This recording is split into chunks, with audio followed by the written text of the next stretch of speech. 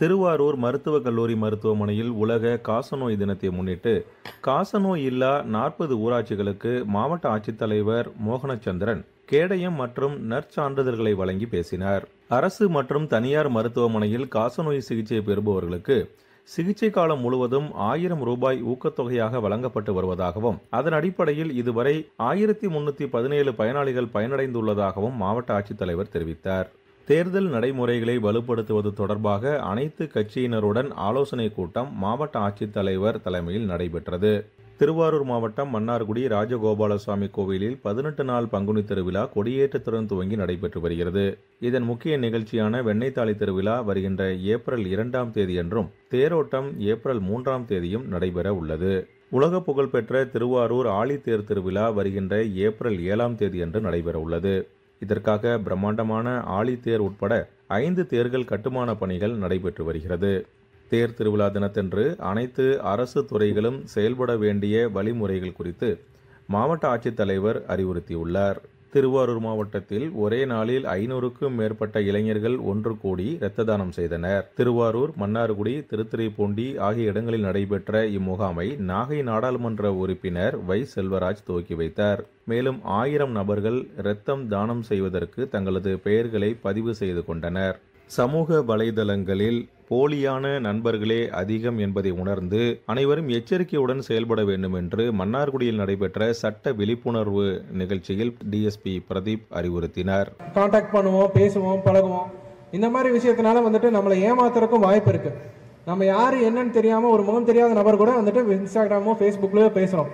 ஆனா அது உண்மையான முகமா இருக்காது. நம்ம பேசுற முகம் உண்மையான முகம் கிடையாது. நேருக்கு நேரம் உங்க ஃப்ரெண்ட்ஸ் கூட பேசிக்கிறீங்க, ஓகே, அவங்களோட பிஹேவியர் உங்களுக்கு தெரியும், உங்களோட பிஹேவியர் அவங்களுக்கு தெரியும்.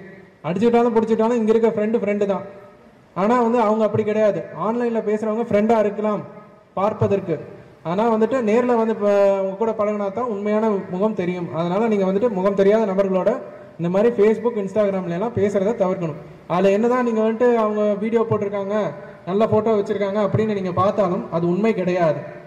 அதை நீங்க புரிஞ்சுக்கணும். நிறைய விஷயத்துல குழந்தைங்களை ஏமாத்தணுங்கிறதுக்காக நிறைய பேர் இருப்பாங்க. அவங்கெல்லாம் முகமூடி தான். அதில் உண்மையான முகம் கிடையாது. உங்களை ஏமாற்றி உங்ககிட்ட இருந்து எதிர் பணம் பறிக்கிறதோ வேற ஏதாச்சும் ஒரு நோக்கத்துக்காக உங்ககிட்ட பழகிறதோ தான் அதிகமா இருக்கும். திருவாரூர் மாவட்டத்தில் கூட்டுறவு சங்கங்கள் மூலம் 2024-25ஆம் ஆண்டு 63,000 விவசாயிகளுக்கு 477 கோடி ரூபாய் பயிர்க்கடன் வழங்கப்பட்டுள்ளதாக விவசாயிகள் குறைதீர்க்கும் நாள் கூட்டத்தில் மாவட்ட ஆட்சித்தலைவர் மோகனச்சந்திரன் கூறினார். திருவாரூர் மண்டலத்தில் நடப்பு குறுவை பருவத்தில் 173 நேரடி நெல் கொள்முதல் நிலையங்கள் திறக்கப்பட்டு இதுவரை சுமார் 94,000 மெட்ரிக் டன் நெல் கொள்முதல் செய்யப்பட்டுள்ளதாகவும், இதன் மூலம் 21,000 விவசாயிகள் பயனடைந்துள்ளதாகவும் அவர் கூறினார்.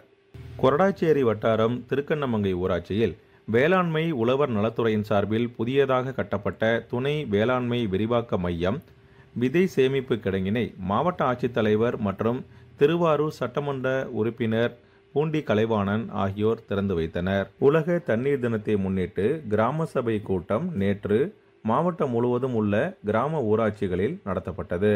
ஊரக வளர்ச்சி முகமையின் திட்ட இயக்குனர் செந்தில் வடுவு மற்றும் அதிகாரிகள் இதில் கலந்து கொண்டு பேசினார்கள். உலக தண்ணீர் தினத்தை முன்னிட்டு நடத்தப்பட்ட இந்த கிராம சபை கூட்டத்தில் ஜல்ஜீவன் திட்டம், தீன்தயாள் உபாத்யாயா கிராமப்புற திறன் பயிற்சி திட்டம், பண்ணை மற்றும் பண்ணைசாரா வாழ்வாதாரம் நடவடிக்கைகள் குறித்து மாவட்ட ஆட்சித்தலைவர் தலைமையில் விவாதிக்கப்பட்டது. திருவாரூர் மாவட்டத்தில் வெயில் அதிகமாக காணப்படுவதால் வெப்ப அலைகளிலிருந்து மனிதர்களும் கால்நடைகளும் தற்காத்து கொள்ள போதிய அறிவுறுத்தல்கள் வழங்கப்பட்டுள்ளது. பகல் நேரங்களில் அதிக நேரம் கால்நடைகளை பொதுவெளியில் கட்டி வைக்க வேண்டாம் என்று கால்நடைத்துறை அறிவிப்பு வெளியிட்டுள்ளது.